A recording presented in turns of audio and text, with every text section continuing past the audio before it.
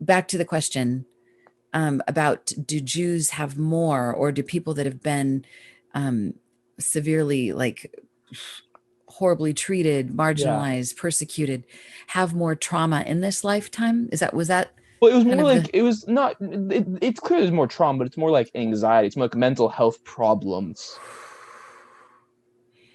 Yeah, I think that it definitely would make sense. I mean, Yeah. it would. It definitely would. And here's just a random thing. I mean, this might I don't even know if this connects to it, but this is what's popping in. So on my radio show, I have a radio show called Ask Dr. Dream. It's a podcast. It's out there. And my guest that I had yesterday was this dude who has followed his dreams. He's had all kinds of big, wild animal dreams, and he's followed them, and he's created these documentaries about them in his life.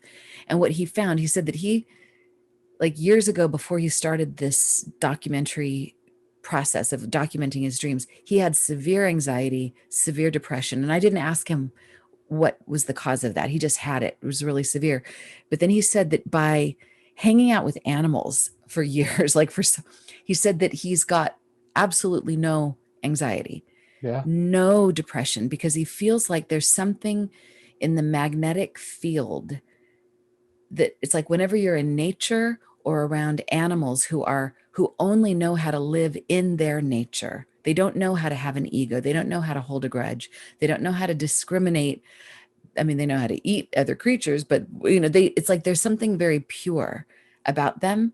He said that it was as if it cleansed him, and it got him back in touch with kind of the core base of his humanity and his natural rhythm. So I loved that, because I love hearing stories about people that come in with something that just seems incurable, and then they do something that helps to get them back in balance, either by cleansing or by healing or trauma therapy. But this dude, just by being in nature and around animals and getting like back into his hum, I feel like whatever it is, I mean, humor is a great way to get there too. Laughter therapy is probably one of the best and best kept secrets for healing. But anyway, I think there's, for sure, there's the trauma that we live in and that we can point to. It's important to recognize where it comes from, but then I think it's the next thing that's important is to figure out a creative way to work through it as much as we possibly can. It's also interesting because historically, the groups that have been discriminated against are the ones who are like the least likely to get help. Say that again. Like, how so? How would Jews be less likely to get help? Not in our culture. It's getting better at the way everything else is, but it's not in our culture. To ask for help. It's happening. Like I did it, and I know people who have done it of my generation specifically. It's better, but like Interesting. it's not in our culture because showing vulnerability it's a no. Really? Now it's better, but you can't show vulnerability traditionally. Yeah, That's so interesting. I guess I was dating a rabbi before he became a rabbi. and this before he became a rabbi. yeah, after me he became a rabbi. He was like, "That's it. I'm done. No more shiksas." Last Gentile. Last Gentile. Oh my God. I'll be the title of his book, The Last Last Gentile. Gentile. Yeah. I ruined him. Oh my God. But I guess he was more on the mystical side of things, like the Kabbalah. Yeah, I love And that. My last guest was a Kabbalist, really, oh, Orthodox rabbi who was very immersed in it. so powerful, beautiful. Yeah. Oh, well, I'm glad to hear, because it hadn't been on my radar that Jews as a culture didn't seek for help. I guess because all the Jews that I know that I'm best friends with are all in the self-help world, but that's my little bubble that I live in. Not only Jews, it's like it's everybody basically that is like it's most communities that aren't like the white Yeah. community in this country. Maybe well, it's part of like the process of surviving. It's like to button up and to Hmm. be like, no emotions, no crying. Like it's like the pendulum has to swing. And then maybe once you're solidified, like, okay, we're surviving now. We're out of trauma mode, now maybe we can start to swing back towards the like feeling the stuff that we didn't get to feel. Definitely, yeah. It's on the upswing right now where people are like addressing it in ways that like even 10 years ago was not, you never see. Uh, I I would I have to ask about sexual dreams as well because that's such a common Let's part just go there. of like life. Right. No easy Um, segue there. Just bam. Right. None, unfortunately. No foreplay at all. Just No. okay. Uh, Sorry. just like how it normally is. In your world. Had to make that Okay. joke. Had to make But that joke. bum. So Okay. I've heard there are different lot of themes. Some people, they can't orgasm. Some people seem to be fine actually when it comes to sexual dreams. Me personally, I in my stand-up comedy bit, I have to bring this joke back. Actually, I used to do a bit about how I'm a dream virgin, and how I can't actually seem to ever have sex in my dreams. Oh. So which is it's okay because it's a dream, and I'm like I don't take it like personally, and I haven't had one in a while too, so that's probably a good sign. Oh, that's hilarious. I actually think that's probably more often the case is that if people talk about sex dreams, but they don't necessarily talk about them all the way through. So I think it may be people think it's like it's implied that people have a happy ending with all of these dreams, but not necessarily. I mean, so I've talked to probably more people than not that there's some frustration involved, and maybe, and it's not necessarily because that's always the way it is, but those are the ones that we remember. I think we remember the dreams that hit the high notes, like, whoa, that was amazing, like, yeah, it went the whole 9 yards and it was like incredible, or that was super frustrating. Those dreams become easier to remember, or super scary or super anything are going to be the ones that tend to get our attention. So I don't think you're alone being a dream virgin. And there may be a million dreams where you're not a dream virgin at all. And you just are like, woo, and you forgot because it was just cool. And then it was done. Okay, And then you moved yeah, on. yeah. I especially because I don't remember dreams like ever. So We have, I mean, we all dream between 3 to 9 dreams every single night. And even the best dream rememberers, and I'm one of them. I mean, I tend to remember at least 2, sometimes 3 a night. But that means, I mean, most of the dreams I have, I'm not catching, and I'm really good at it. So the average person, if they're lucky, they're going to remember a little snippet of one dream at best. But there's so much that gets lost, and every one of those dreams that gets lost is like a diamond. It's like precious, and there's a lot in that. I was about to ask, like, I was like, the next question was is it possible to not dream? But I was wrong. We always dream it. Yes, and I mean, so like typically a healthy person will dream between 3 to 9 dreams every night. The exceptions would be people that have a severe mental illness that has a like, or even severe sleep deprivation. There's such thing as REM deprivation, which is really tough. Like that takes a toll psychologically. It's believed that we sleep in order to dream. Like that's the whole purpose of sleeping, reconstructing, regenerating the body, but so that we can dream. And our dreams are the things that give us solutions and answers to things and expand our consciousness. So some people, if you take a lot of drugs, like, the ones that really knock you out, like that can severely suppress your dreams. If you're going through a traumatic time, sometimes the dreams get suppressed. The dreams get suppressed. I mean, but on a typical daily basis, an average person will have 3 to 9 dreams every day. There was a study done a few years ago where they were deliberately depriving people of their REM cycles, and within 2 to 3 days, most of the subjects were showing psychotic tendencies, like they were talking to themselves, bumping into walls, hallucinating, and it's like, so the study proved that if somebody is operating relatively normally, they're dreaming. That seems ethically problematic. They probably paid them well to do this dream study, and they I hope probably gave so. them a vacation, like, and here's your Yeah, Caribbean cruise. it's like the Stanford prison experiment.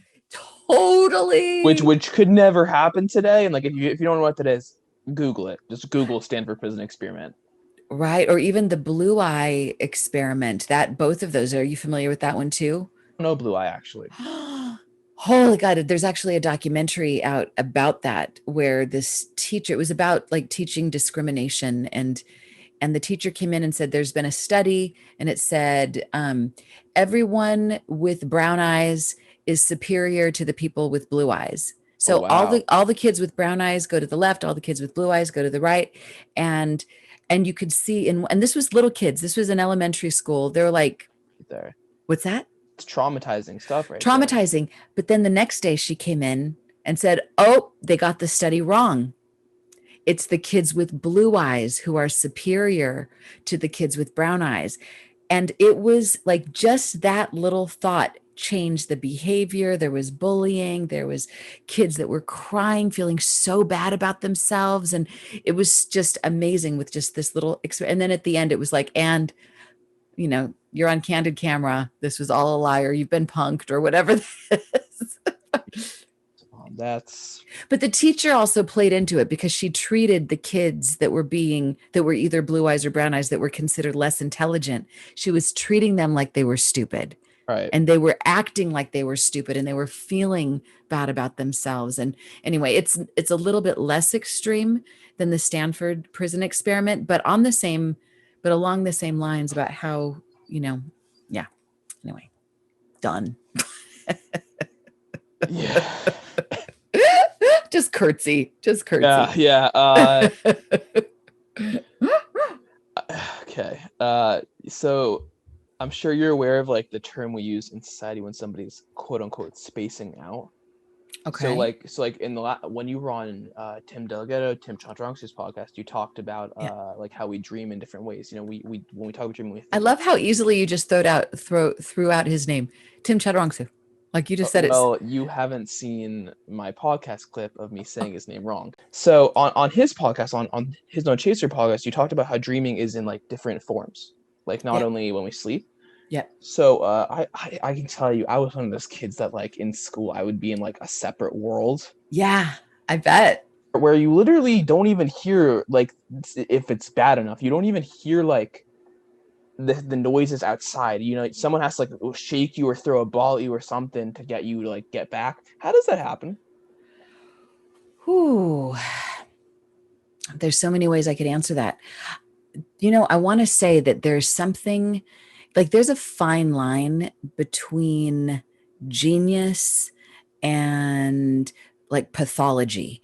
It's like the most creative beings on this planet, most intelligent beings on this planet live in that world where they're like on the bridge, where they are accessing higher frequencies, and they have maybe barely a toe on this planet, but they act as a catalyst, a bridge that can kind of bring forward information from the other realm. So they're in the dream realm, but hopefully not of it, and in this world enough to where they can do something with the brilliant insights and visions that they're getting and not just lose it. So that's some of the most brilliant people on the planet. That's how they live.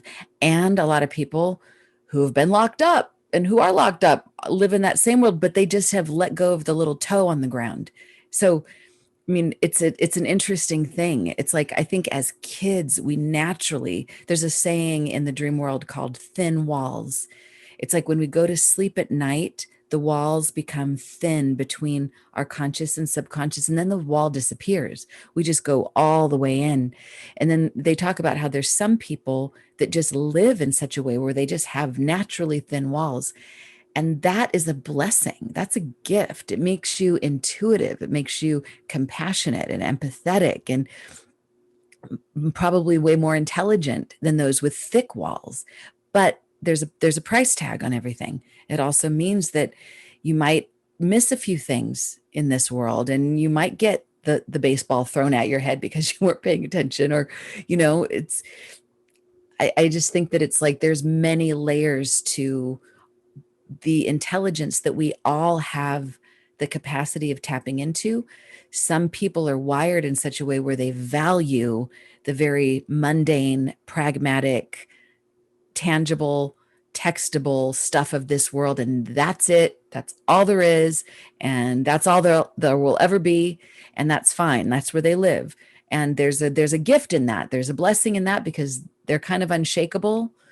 That's not necessarily true, but they tend to be grounded. And then there's the people that are exactly the opposite, who value way more the realms of dreaming, way more than this world. And then there's people that are somewhere in between. I think that my desire is to be in this world and not of it. My world has become one big fat dream. Like, this feels dreamlike to me, and I like it that way. And I want to be able to tiptoe every once in a while and come put my feet back on the earth and like get my book done in time and show up on time for, something like this. And, be at least enough here where I'm just not completely babbling. I don't know. Maybe I am. Oh no. Just in your own theory, do you think like people, like athletes, entertainers, the people who go after career paths, even one like yours, that are like non-conventional, Mhm. do you think they're those people that are kind of like in the world but very much out of the world too? Like, they're sane, obviously, and then people who were like more traditional, like, doctors, lawyers, whoever, who had a much more like pragmatic, conventional approach, they're more like, I just want to be here. Oh man, this is good stuff. And it's like, I don't even know where to go with this because it's so vast. It's like, you're blowing my mind, Max. You're maxing me Well, out. I love it. well, No, but well. it's it's I only it's ask you just. awesome. I only ask your personal theory on this. It's not like a That my scientific Okay, question. so yeah, I mean, I think about Maslow's hierarchy of, like the kind of the development of our species. It's like, I think it's important to have like a grounded place, like that base of the pyramid. But it's also, to me, it's important to know where we're headed. Like, what's at the top of that pyramid? I kind of want to know what that is. I want to explore that. And I want to be invested in that. I want to live my life in such a way that I'm accessing that. And the highest level is contribution.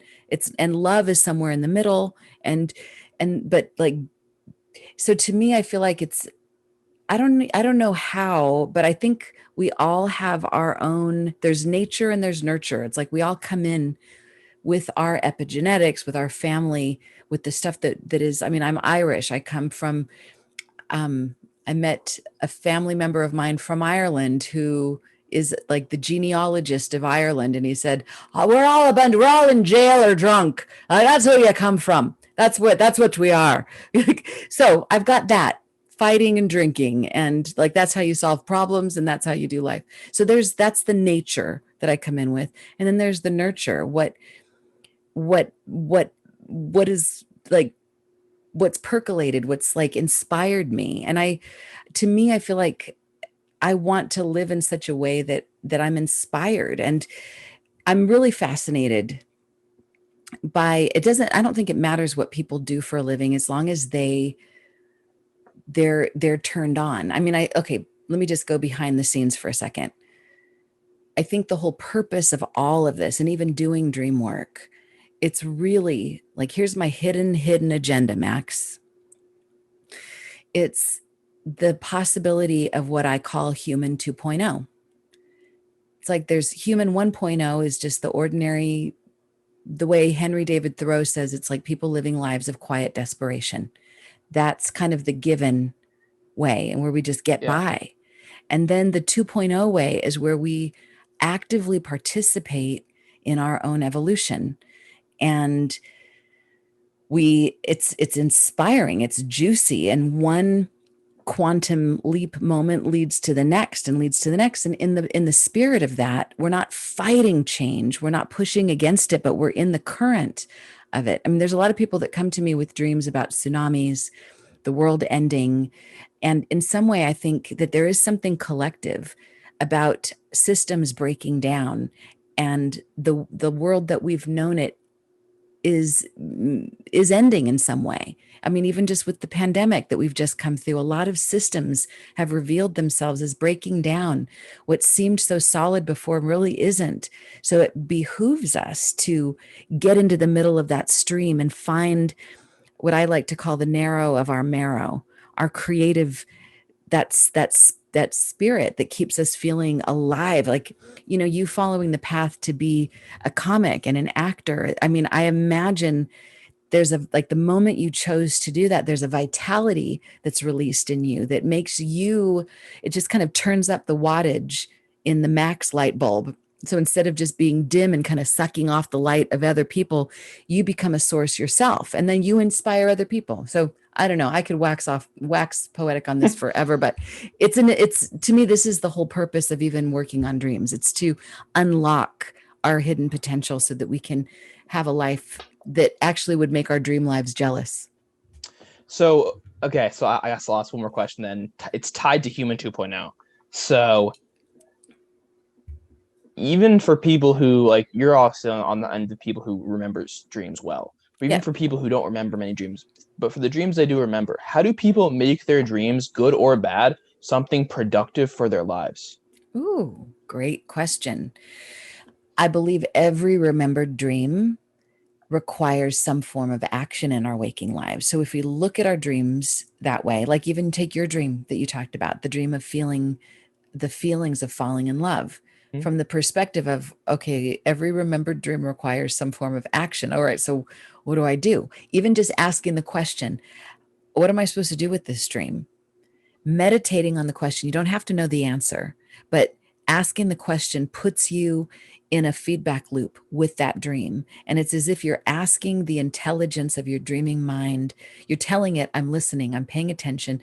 Speak to me, maybe in the next dream, or give me some kind of a sign or synchronicity, and I'm going to follow it. So being kind of in that dance. So we don't have to know, but I always say, like, if you just get in the habit of asking, what am I supposed to do with this dream? Even if it seems ridiculous, like there couldn't possibly be something I'm supposed to do with this dream. There's no clear path. Ask the question anyway, meditate on it, even do some journaling, and even think about the dream. Like, so at the very least, like, do exactly what you did, Max. Even if you don't know physically what to do with that dream, you can talk about it or ask people about it. What do you think I should do with this dream? Or what do you think this is about? That keeps it's like you're bringing in the specialness of the dream realm into this world, into the density of this world. And you're creating this mixture. It's like you're blending the worlds. And that does something chemically, neurologically to your brain. I believe it makes you smarter. It connects the 88%, which is your dreaming mind, to the 12%, which is your conscious, logical mind. It puts them in sync with each other, which by definition gives you an edge. There was a Harvard study years ago that said if you remember a dream and you think about it in your day, even if you don't know how to interpret it, you should buy my book so that you can interpret the dream. But even if you don't know how, it tends to make you more intuitive in the day. It tends to make your decision making sharper, better. Your navigational acuity is a little bit better when you have a remembered dream on your mind, even if you don't interpret it. So at the very least, think about at least one dream symbol from the night and talk about it with somebody, journal about it, call me, reach out to me, call my radio show and talk about it, be in the feedback loop with it. And that by itself will start to open up a momentum, and you'll start to have synchronicities and start to see things that you didn't even know were there. And the human 2.0 will start being activated without you having to figure it out. So that's what I think. Not as difficult as I thought it would be. No, simple. Yeah. We can all do this. I was expecting like a complex. Well, you got to do like 6 different steps, and then if you do 5 and not 6, it's not going to work. I mean, I can get complicated if you want, but I think the truth is that we can start super simple, and that's enough. Wow. Okay. Yeah. I got so much to look forward to now. Awesome, Max. Amazing. Take it to the max, Max. Got it. Oh, wow. Thank you so much for coming on. It's a blast. Thank you so much for having me. Where can people find you? You have 10 books you've written, six of them Uh, dream related. So where can people yeah. find you? Where can people buy your books? Where's Here's my newest one, Luminous Humanness. This is the first one that doesn't have dream in the title, but Yeah, it is. yeah. Um, they can find me on my website, kellysullivanwalden.com. If that's too hard to spell, you can go to ihadthestrangestdream.com. It'll take you to the same place. And all my books are there. Instagram is Kelly S. Walden. Facebook is Kelly Sullivan Walden Dreams. And people, I don't know, people can book appointments as well, right? Yeah, they can. They can book them on my website. And also, if people sign up on my website, they get a free dream meditation to listen to as you go to sleep. So it tends to enhance A, your ability to remember dreams, and B, your ability to have sweeter dreams. I definitely need to do that then. Go get it. Your appointments, are they virtual? Are they in person? Are they both? Mostly virtual. I mean, every once in a while I'll see somebody in person, but the pandemic is kind of things are opening up. So I've seen a few people in person, but mostly it's virtual. Zoom. Zoom is my friend. Zoom, just like right now. Okay. Zoom. Yeah. So yeah, you can find Kelly or Dr. Dream on her website. Your website has the most stuff, I'd say, in Yeah. terms of just like resources and Yeah. such. But the Yeah. links on her Instagram as well and Facebook, so you can find her there. And highly recommend checking out the website. Thank you so much. Thank you, Max. This has been a blast. Thank you so much. I Sweet learned I learned dreams. so much. I'm so glad. I'm so glad. I can't wait to hear all about the love of your life one of these days. Yeah. Let me know. Yeah. Oh, I will. You'll be the first to know. Cool. So, all right. Thank you for listening. Thank you for watching. Every take it in, and everyone stay safe.